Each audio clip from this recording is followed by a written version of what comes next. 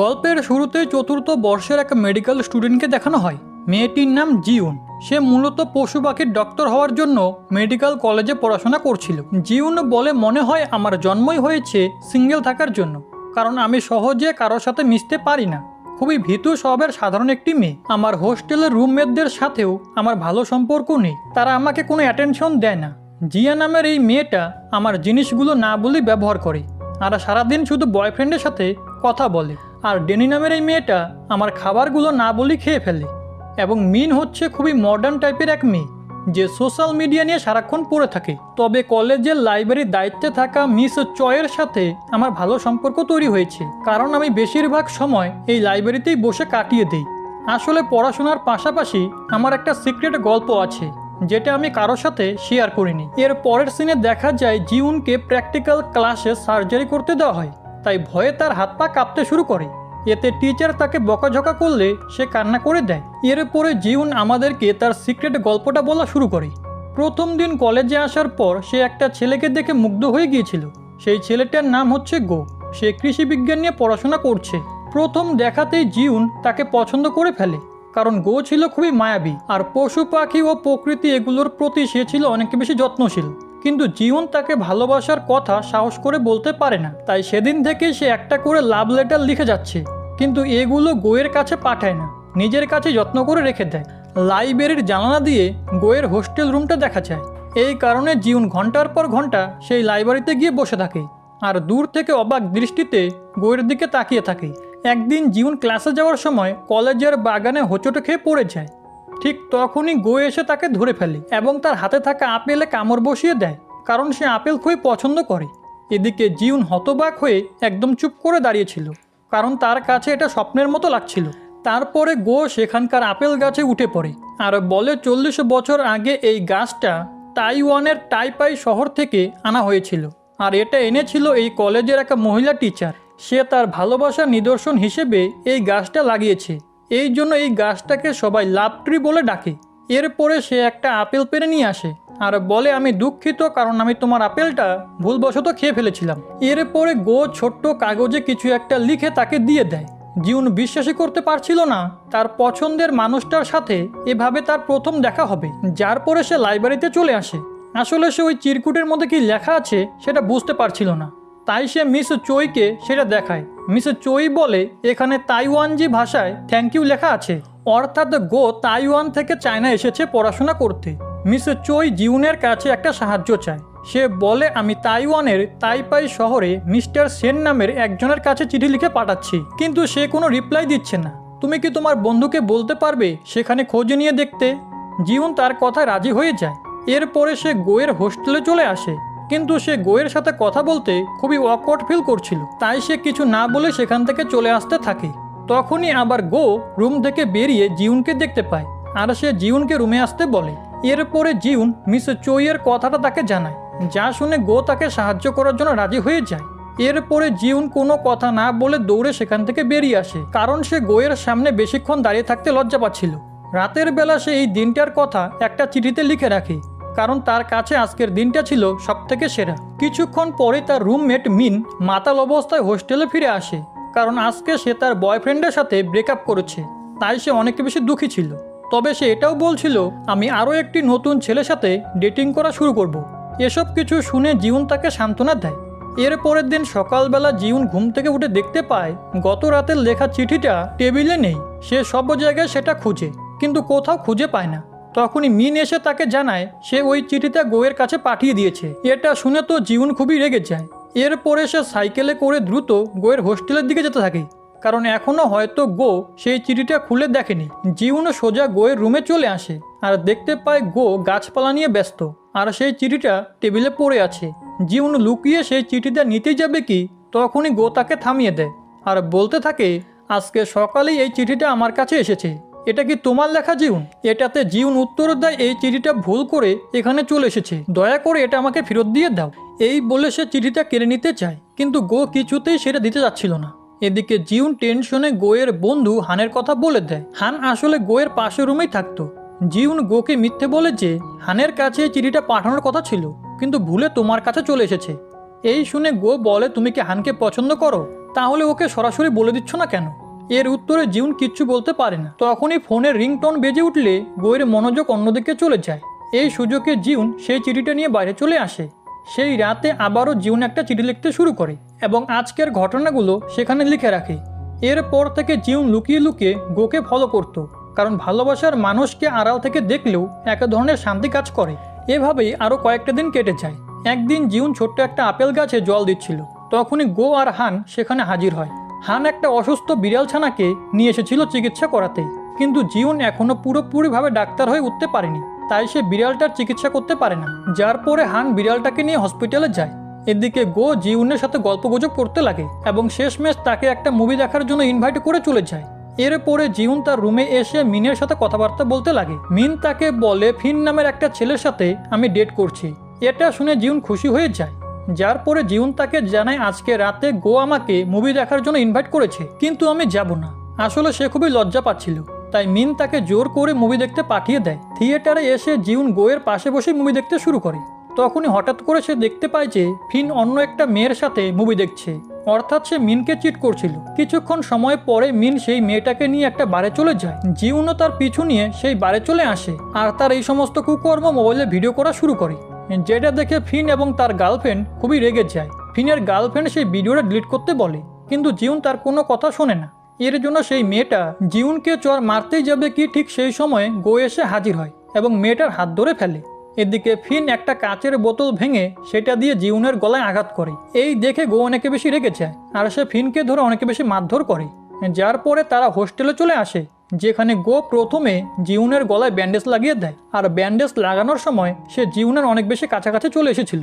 জিউনের কাছে এই মুহূর্তটা স্বপ্নের মতো লাগছিল। এর পরের দিন সকালবেলা জিউন তাকে বলে মিস চোয়ের শরীর ভালো না, তাকে একটু দেখতে যেতে হবে। তুমি কি তাইওয়ানের সেই অ্যাড্রেসটা খুঁজে পেয়েছো? যেটাতে গো বলে হ্যাঁ। এরপরে তারা দুজন মিস চোয়ের বাড়িতে চলে আসে। গো মিস চোইকে অনেকগুলো ছবি দেখিয়ে বলে আপনি এতদিন যে অ্যাড্রেসে চিঠি লিখে পাঠাচ্ছেন সেখানে এখন আর কেউ থাকে না, এর জন্য চিঠির কোনো রিপ্লাই আসছিল না। এই কথাবার্তার মধ্যেই লাঞ্চের সময় হয়ে যায়, তাই গো আর জিউন রান্না করতে কিচেনে আসে, যেখানে তারা দুজন অনেক গল্প করে। জিউন তার ছোটবেলার কাহিনী শোনায়। আসলে সে অনেক ছোট থাকতেই তার বাবা মায়ের ডিভোর্স হয়ে গিয়েছিল। এরপর থেকে সে অনাথ আশ্রমে বড় হয়েছে আর সেখানেই রান্না করা, ঘরের কাজ করা এসব কিছু শিখেছে। এরপরে তারা সবাই খেতে বসে পড়ে। তখনই মিস চোই কান্না করে বলতে থাকে সেন ছিল তার ছোটবেলার বন্ধু, যে তাকে অনেকে বেশি পছন্দ করত, কিন্তু কখনো তাকে মনের কথা বলতে পারেনি। আর এই কারণে সে এখনো পর্যন্ত বিয়ে করেনি। তবে সে জানায় সেন কয়েক বছর আগে তার কাছে একটা গানের সিডি এবং চিঠি পাঠিয়েছিল। সেই চিঠিতে লেখা ছিল এই গানটা শুনলে পরেই তুমি আমার মনের সমস্ত অজানা কথাগুলো বুঝতে পারবে। কিন্তু দুর্ভাগ্যবশত ওই সিডিটা একটা টাইফুন ঝড়ে নষ্ট হয়ে গিয়েছিল। সেই ঝড়ের পর থেকে মিস চোই একের পর একটা চিঠি পাঠায় সেনের ঠিকানায়, কিন্তু এখনো পর্যন্ত একটা উত্তর আসেনি। এই বলে সে প্রচণ্ড ইমোশনাল হয়ে যায়। গো তারপরে উঠে গিয়ে সেই সিডিটা চেক করে আর সে দেখতে পায় সত্যি সেটা কাজ করছে না।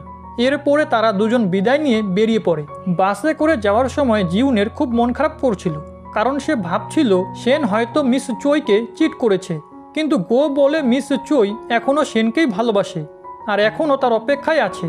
এভাবে আর বেশি দিন হয়তো সে বাঁচবে না। তাই আমাদের উচিত ওই সিডিটার আরও একটি কপি খুঁজে বের করে মিস চোইকে উপহার দেওয়া। জিউন তার এই কথায় প্রথমে রাজি হতে চায় না, তাই গো রাগ করে বাস থেকে নেমে যায়। সেই রাতে জিউন অনেক ভাবনা চিন্তা করে গোকে মেসেজ করছিল, কিন্তু গো মেসেজ সিন করে না। এর পরের দিন সকালবেলা জিউন এসে গোকে বলে আমি তোমার সাথে মিলে ওই সিডিটা খুঁজতে চাই। এরপর থেকে ওরা দুজনে মিলে ওই সিডির একটা কপি খুঁজতে শুরু করে। তারা সেই শহরের সবগুলো দোকানে ঘুরে ঘুরে খুঁজতে থাকে, কিন্তু ওই সিডিটা অনেক দিনের পুরনো হওয়াতে সহজে পাওয়া যাচ্ছিল না। প্রায় 2 মাস পার হয়ে যায় আর এই সিডি খোঁজার সময় ওরা দুজন একে অপরের খুব কাছাকাছি চলে এসেছিল। তারা এখন খুব ভালো বন্ধু। এরপর অনেক খোঁজাখুঁজির পর ওই সিডিটা তারা পেয়ে যায় আর সেটা মিস চোইকে উপহার হিসেবে দেয়। মিস চোই সেই গানটা শুনেই একদম ইমোশনাল হয়ে যায়, কারণ সে এই গানের কথাগুলো শুনে বুঝতে পেরে গিয়েছিল সেন এখন আর জীবিত নেই আর মৃত্যুর কয়েকদিন আগেই সে ওই সিডিটা পাঠিয়েছিল। অন্যদিকে গো এবং জিউন সাইকেলে করে বাড়ি ফিরছিল। জিউন গোকে ধন্যবাদ জানায়, কারণ সে জোর না করলে মিস চোইয়ের শেষ ইচ্ছেটা পূরণ হতো না। গো খুবই দ্রুত সাইকেল চালাচ্ছিল, যার কারণে জিউন তাকে শক্ত করে জড়িয়ে ধরে। এই প্রথম সে গোয়ের এত কাছে গিয়েছে, তাই তার মনে খুশির কোনো সীমাই ছিল না। সেই রাতে গো তাকে ডিনার করতে একটা রেস্টুরেন্টে নিয়ে যায়। জিউন মিস চোয়ের জন্য অনেক বেশি কষ্ট পাচ্ছিল, কারণ মিস চোই জানতেই পারলো না তার ভালোবাসার মানুষটা কখন মারা গিয়েছে। এরপরই গো বলে সে ফাইনাল ইয়ার এক্সাম শেষ করে তার দেশে চলে যাবে। এটা শুনে জিউন তাকে বোঝাতে থাকে যে এই শহরেও অনেক ভালো ভালো চাকরির সুযোগ আছে, তাই সে যেন এখানেই থাকে। কিন্তু গো কথা ঘুরিয়ে জিউনের প্রশংসা করতে লাগে। সে বলে তুমি সবসময় হাসি খুশি থাকবে, তোমার হাসি খুবই কিউট। এটা শুনে জিউন একটু লজ্জা পেয়ে যায়। এরপর দিন হান আসে জিউনের সাথে কথা বলতে। আসলে গো নিজেই তাদের দুজনের মিটিং ফিক্স করেছিল যাতে জিউন তাকে প্রপোজ করতে পারে। কিন্তু সে কিছু বলার আগেই হান বলে আমি অন্য আরেকজনকে পছন্দ করি, তাই আমার পিছনে সময় নষ্ট করো না। এই কথা শুনে জিউন মনে মনে খুবই আনন্দিত হয়। আর এরপরে সে হানকে সব কিছু জানিয়ে দেয় যে আমি তোমাকে নই বরং গোকে পছন্দ করি। এরপরে সে গোয়ের সাথে দেখা করে আর বলে তোমার বন্ধু হান অন্য আরেকজনকে পছন্দ করে, তাই এই চ্যাপ্টার এখানেই শেষ। এখন কিছুক্ষণ পরেই বৃষ্টি শুরু হয়ে যায়। গো আর জিউন একটা গাছের নিচে আশ্রয় নেয়। জিউন বলে আমার এক্সাম চলে এসেছে, অথচ আমি এখনও সামান্য অপারেশনও করতে পারি না, যেটাতে গো তাকে সাহায্য করবে বলে জানায়। এরপরে একটা ব্লেজার দুজনে মাথায় দিয়ে হোস্টেলের দিকে যেতে থাকে। আর এই সুন্দর মুহূর্তটা জিউন খুবই এনজয় করছিল। রাতের বেলা জিউন একটা চাকরির লিঙ্ক গোয়ের কাছে পাঠায় যাতে সে এখানেই থাকতে পারে। এরপর দিন জিউনকে সাহায্য করতে অপারেশন থিয়েটারে গো হাজির হয়ে যায় এবং প্রথমবারের মতো জিউন তার অপারেশন সাকসেস করতে পারে। এভাবেই তারা একে অপরকে কাজে সাহায্য করছিল। একদিন সব বন্ধুরা মিলে অ্যামিউজমেন্ট পার্কে ঘুরতে যাওয়ার প্ল্যান করে আর জিউন খুবই সুন্দর একটা ড্রেস পরে চলে আসে। গো তার থেকে চোখ সরাতেই পারছিল না। এরপর তারা পার্কে ঢুকে অনেক এনজয় করতে থাকে। গো মুখ ফুটে জিউনকে বলেই দেয় আজকে ওকে খুব সুন্দর লাগছে। এটা শুনে জিউন লজ্জায় একদম চুপ করেছিল। তখনই আবার একটা গাড়ি এসে তাদের দুজনকে ধাক্কা দেয়। এর ফলে গোয়ের মাথায় প্রচণ্ড ব্যথা শুরু হয়। পার্কে এনজয় করা শেষ হলে বাকি সবাই গাড়িতে করে চলে যায় যাতে গো আর জিউন একা সময় কাটানোর সুযোগ পায়। এরপর গো জিউনকে একটা বাগানে নিয়ে আসে যেখানে অনেক জোনাকি দেখে জিউনের মন ভরে যায়। গো সেই বাগানের মাঝখানে খুবই সুন্দর একটা ঘর বানিয়ে রেখেছিল। চারিদিকে গাছপালা, সুন্দর লাইটিনিং আর ফার্নিচার সব মিলিয়ে এই ঘরটা অসাধারণ ছিল। জিউন পুরো ঘরটা ঘুরে দেখতে থাকে, যেখানে চিঠি রাখার একটা বক্সও ছিল। এই বিষয়ে জিজ্ঞেস করলে গো বলে এই ঘরটা আমি সিক্রেটলি বানিয়েছি, এই পোস্ট বক্সটা এখানেই ছিল তাই আর সরাইনি, ভবিষ্যতে কাজে লাগতে পারে। এরপরে তারা অনেক গল্পগুজব করে। এক পর্যায়ে জিউন অনেকে সাহস করে সিদ্ধান্ত নেয় আজকে সে তার মনের কথাগুলো বলেই ফেলবে। এর জন্য সে একটা চেয়ারের উপরে দাঁড়িয়ে যায়। এরপর একটা চিঠি বের করে পড়তে শুরু করে। সে বলে তোমাকে প্রথম দেখার পর মনের অজান্তেই পছন্দ করে ফেলেছি। শুধু তোমাকে দেখার জন্য ভর্তির ফর্ম থেকে একটা ছবি চুরি করেছিলাম, আবার লুকিয়ে লুকিয়ে তোমাদের ডিপার্টমেন্টে ক্লাসও করেছি। এছাড়া সবার আগে লাইব্রেরিতে গিয়ে বসে থাকতাম যাতে অন্য কেউ সেখানে বসতে না পারে। এভাবে আরও কতবার যে তোমাকে দেখেছি এর কোনো হিসাব নেই। আর এর মধ্যেই আমি একটা শান্তি খুঁজে পাই।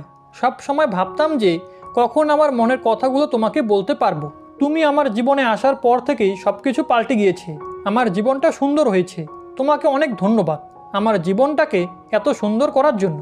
এসব বলে জিউন তাকে প্রপোজ করতে যাবে কি তার আগেই গো দাঁড়িয়ে বলতে থাকে তুমি খুব ভালো একটা রাইটার, আর আমরা যেহেতু বন্ধু তাই তোমাকে ধন্যবাদ দিব না। তার সাথে সাথে গো এটাও বলে ফাইনাল এক্সাম শেষ করে সে তাইওয়ানে চলে যাবে। এসব শুনে তো জিউন অনেক বেশি কষ্ট পায়, কারণ সে ভেবেছিল যে গো তাকে ভালোবাসে আর তার প্রপোজালকে সে গ্রহণ করবে। এখানেই তাদের শেষ কথাবার্তা হয়। ফাইনাল এক্সামের মাত্র 9 দিন বাকি আছে, কিন্তু জিউন পড়াশোনায় মন বসাতে পারছিল না। একদিন সে রাস্তা দিয়ে হেঁটে যাওয়ার সময় বৃষ্টি চলে আসে, তাই সে ওই গাছটার নিচে আশ্রয় নেয়। কিন্তু আজকে তার পাশে গো নেই। এই কথা মনে করে সে বৃষ্টিতেই ভিজতে ভিজতে চলতে থাকে। এরপরে সে লাইব্রেরির সামনে এসে ওই চিঠির বক্সটা নিয়ে বসে থাকে। মিস চোই তার কাছে আসে এবং তাকে সান্ত্বনা দেয়।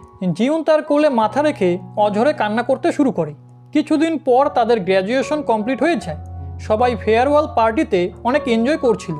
আজকের পর যে যার মতো নিজ নিজ লক্ষ্যের দিকে এগিয়ে যাবে। জিউন শেষবারের মতো লাইব্রেরির সেই জানালার সামনে আসে আর এক দৃষ্টিতে গোয়ের রুমের দিকে তাকিয়ে থাকে, কারণ আজকের পর থেকে এই জায়গায় সে আর কখনোই আসতে পারবে না। গ্র্যাজুয়েশন সার্টিফিকেট হাতে পেয়ে সবাই আনন্দ করছিল, একমাত্র জিউনের মনে কোনো আনন্দ ছিল না, কারণ আজকে তার গ্র্যাজুয়েশন শেষ হওয়ার পাশাপাশি তার ভালোবাসার গল্পটাও শেষ হয়ে গেল। জিউন মন খারাপ করে চলে আসার সময় দেখতে পায় গোয়ের একটা পোস্টার লাগিয়ে রাখা হয়েছে। গো একটা নতুন প্রজেক্ট সাকসেসফুলভাবে কমপ্লিট করতে পারায় তাকে সম্মান জানানো হয়েছিল, আর গো সেই প্রজেক্টের জন্য জিউনকেও ক্রেডিট দিয়েছিল। এই দেখে জিউন দ্রুত সাইকেল চালিয়ে গোয়ের হোস্টেলে চলে আসে এবং গোকে খুঁজতে থাকে। হান তাকে জানায় গো একটু আগেই তাইওয়ানের উদ্দেশ্যে এয়ারপোর্টে চলে গেছে। সে আরও বলে এখনও ফ্লাইটে ছাড়েনি, তুমি চাইলে শেষবারের মতো দেখা করতে পারো। এটা শুনে জিউন দ্রুত এয়ারপোর্টে চলে আসে আর পিছন থেকে জোরে ডাক দিয়ে গোকে থামিয়ে দেয়। এরপর জিউন চিৎকার করে বলতে থাকে, আমি তোমাকে অনেক বেশি ভালোবাসি। তুমি আমাকে পছন্দ না করলেও আমি সারা জীবন তোমাকেই ভালোবেসে যাব, আর আমি চাইবো যে তোমার জীবনে এমন একটা মেয়ে আসুক যে আমার মতোই তোমাকে ভালোবাসবে। এই কথাগুলো শুনে গোয়ের চোখে জল চলে আসে, কিন্তু সে কিছু না বলেই তাইওয়ানে চলে যায়। এভাবেই 1 বছর পার হয়। এক রাতে জিউন তার বান্ধবীদের মিলে গেট টুগেদার করছিল। মিন এখন নতুন একজন ছেলেকে ডেট করছে এবং তাকেই সে সত্যিকারের ভালোবাসে। জিয়া নামের সেই মেয়েটা এখন পুলিশের চাকরি করে, আর ড্যানিও এখন আগের থেকে অনেক পরিবর্তন হয়েছে। জিউনও বর্তমানে তার কর্মজীবন নিয়ে ব্যস্ত। সে অ্যানিম্যাল ওয়েলফেয়ারের হেড হিসেবে দায়িত্ব পালন করছে। সবাই এতদিন পর একসাথে মিলিত হয়ে খুব আনন্দ করছিল। এরপর যে যার মতো বাড়িতে চলে যায়। এদিকে জিউন মন খারাপ করে বাড়ির দিকে ফিরছিল। আসলে তার আপন বলতে এখন আর কেউ নেই, কারণ মিস চইও কয়েক মাস আগেই মৃত্যুবরণ করেছে। রাস্তা দিয়ে হেঁটে যাওয়ার সময় হঠাৎ করেই তার সামনে একটা জোনাকি চলে আসে, আর এটা দেখে তার সেই সিক্রেট ঘরটার কথা মনে পড়ে যায়। এরপর সে গোয়ের তৈরি করা ওই ঘরে চলে আসে। সব কিছু প্রায় আগের মতোই আছে, তবে কিছু গাছ অযত্নে নষ্ট হয়ে গিয়েছে।